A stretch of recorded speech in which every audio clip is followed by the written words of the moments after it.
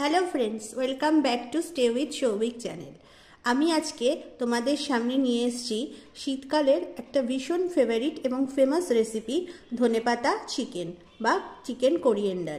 এই chicken coriander রেসিপিটা বানানোর জন্য আমাদের প্রথমেই লাগছে চিকেনটা আমি ভালো করে পরিষ্কার করে ধুয়ে নিয়েছি। এখানে 1 কিলো চিকেন আছে।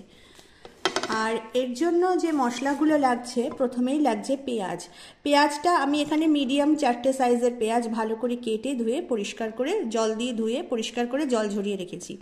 এবার আমি একে একে এর মধ্যে দিয়ে দেব প্রথমেই নুন,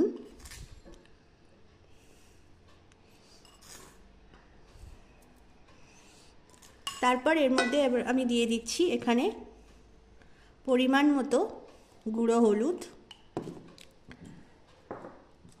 আর দিয়ে দেব 1 টেবিল চামচ লাল লঙ্কার গুঁড়ো। আর আমি এর মধ্যে এখন দিয়ে দিচ্ছি ধনে বাটা। দিয়ে আমি পেঁয়াজটাকে ভালো করে মেখে নেব। মেখে পেঁয়াজটাকে বেশ কিছুক্ষণ ঢাকা দিয়ে রেখে দেব। আমি এখানে ভালো করে পেঁয়াজটাকে সমস্ত মশলা দিয়ে ভালো করে মেখে নিয়েছি।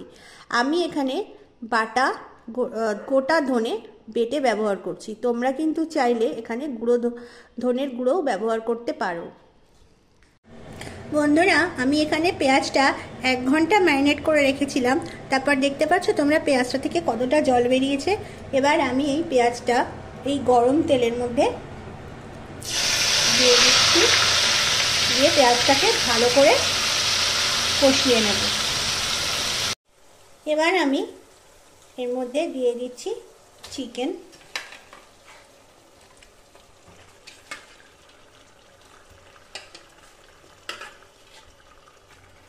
আর এর মধ্যে দিয়ে দিচ্ছি কেটে রাখা আলু।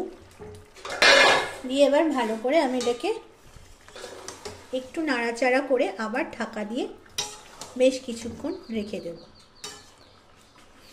এবার আমি এর মধ্যে দিয়ে দিচ্ছি আদা আর রসুনের পেস্ট।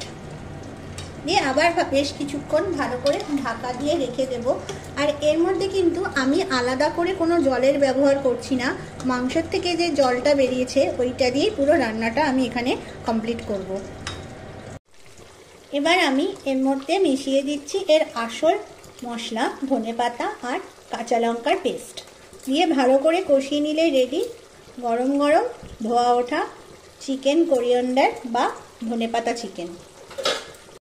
এখানে চিকেন কোরিয়েন্ডার একদম গরম গরম পরিবেশন করবার জন্য প্রস্তুত। তো তোমরা আশা করি আমার সঙ্গে থেকেছো আর দেখেছো আমি রেসিপিটা কিভাবে বানালাম। তোমরা যদি এরকম নতুন নতুন রেসিপির ভিডিও আরও দেখতে চাও তাহলে আমাকে অবশ্যই সাবস্ক্রাইব করো, পারলে আমাদের ভিডিওগুলো শেয়ার করো। চলো, টাটা।